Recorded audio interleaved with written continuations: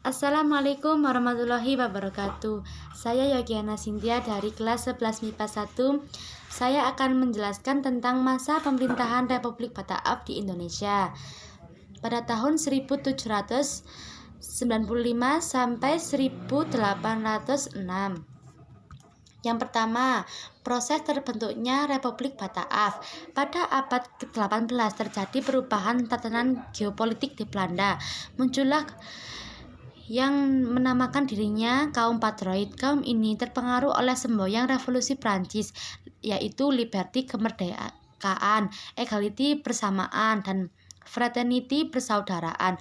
Berdasarkan ide dan paham yang dikeluarkan dalam revolusi Prancis itu, maka kaum patriot menghendaki perlunya negara kesatuan. Bertepatan dengan keinginan itu, pada awal abad ke-18 pasukan Prancis menyerbu Belanda. Belanda takluk dan Raja Willem selaku kepala pemerintahan Belanda melarikan diri ke Inggris. Belanda dikuasai Prancis. Selanjutnya di Belanda dibentuk pemerintahan baru dinamakan Republik Bataaf yang dipimpin oleh Louis Napoleon, saudara dari Napoleon Bonaparte. Sementara itu, dalam pengasingan Raja William oleh pemerintahan Inggris ditempatkan di kota Key. Raja William kemudian mengeluarkan perintah yang dikenal dengan surat-surat Key. Isi perintah itu agar para penguasa di negeri jajahan Belanda menyerahkan wilayahnya kepada Inggris, bukan kepada Prancis. Pihak Inggris kemudian bergerak cepat dengan mengambil alih wilayah jajahan Belanda di Hindia.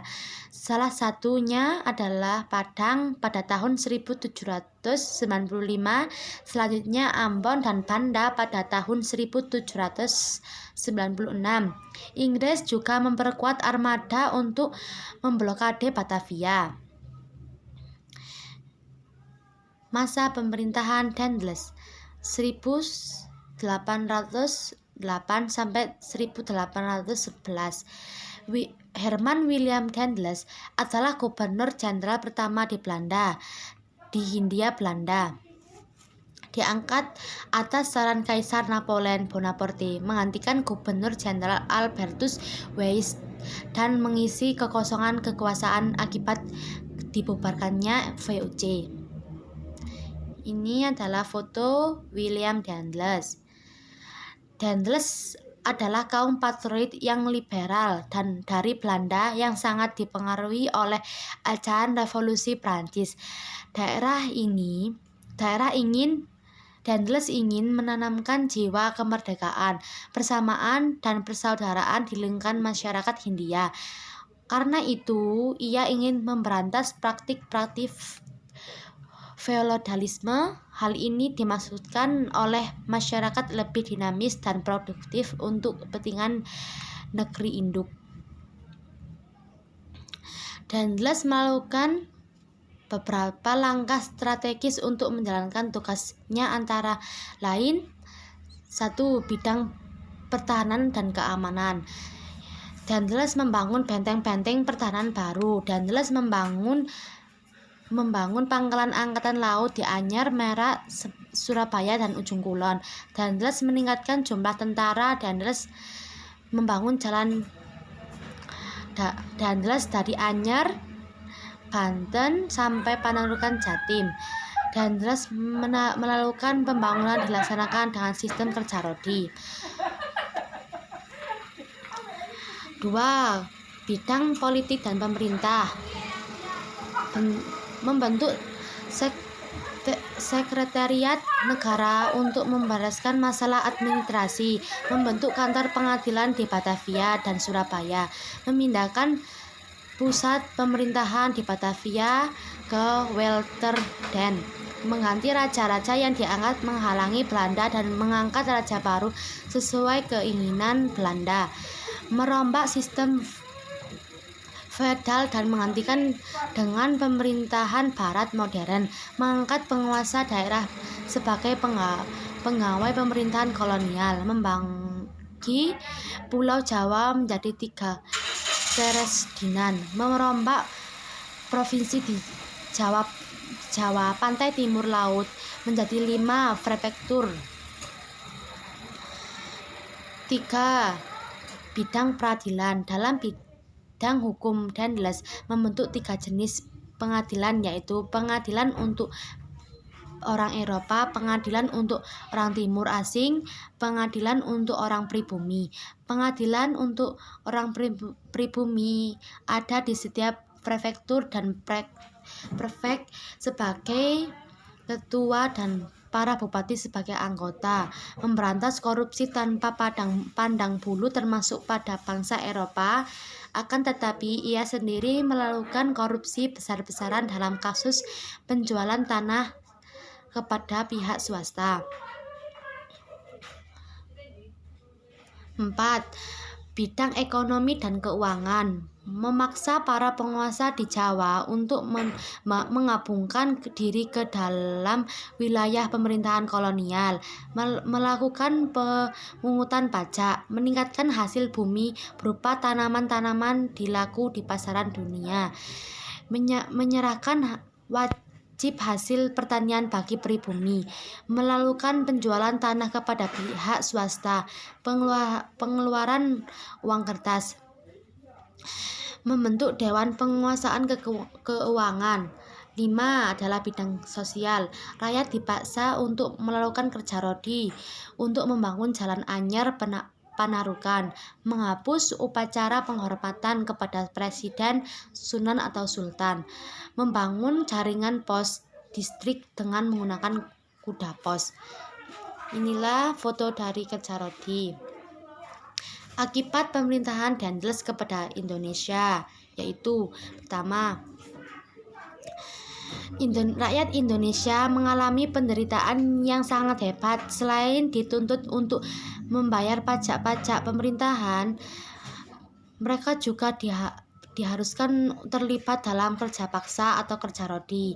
Kerja rodi membuat rakyat yang miskin menjadi semakin menderita, apalagi kerja rodi dalam pembuatan pangkalan di ujung kulon karena lokasi yang begitu jauh, sulit dicapai dan penuh dengan sarang nyamuk malaria. Oleh karena itu wajar kalau kemudian banyak rakyat Hindia yang jatuh sakit, bahkan banyak. 2. Penderitaan rakyat kecil semakin bertambah akibat dari tindakan sewenang-wenang para pemilik tanah. 3. Ribuan rakyat Indonesia meninggal dalam pembuatan Jalan Raya Anyar Panarukan. Akhir dari pemerintahan Dendles. Dendles sebenarnya seorang liberal, tetapi setelah tiba di Indonesia berubah menjadi seorang diktator yang bertindak kejam dan bersewenang-wenang. Sikapnya yang otoriter terhadap Raja-Raja Banten, Yogyakarta, Cirebon menimbulkan pertentangan dan perlawanan. Ia juga melakukan penyelewengan dalam kasus penjualan tanah kepada pihak swasta dan manipulasi penjualan Istana Bogor. Akibatnya pemerintahannya banyak menimbulkan kritik, baik dari dalam maupun luar negeri. Akhirnya Dendles dipanggil pulang ke negeri Belanda. Kemudian Louis Napoleon mengangkat Jansen sebagai gubernur jenderal yang baru menggantikan Dendles. Pemerintahan Jansen 1811.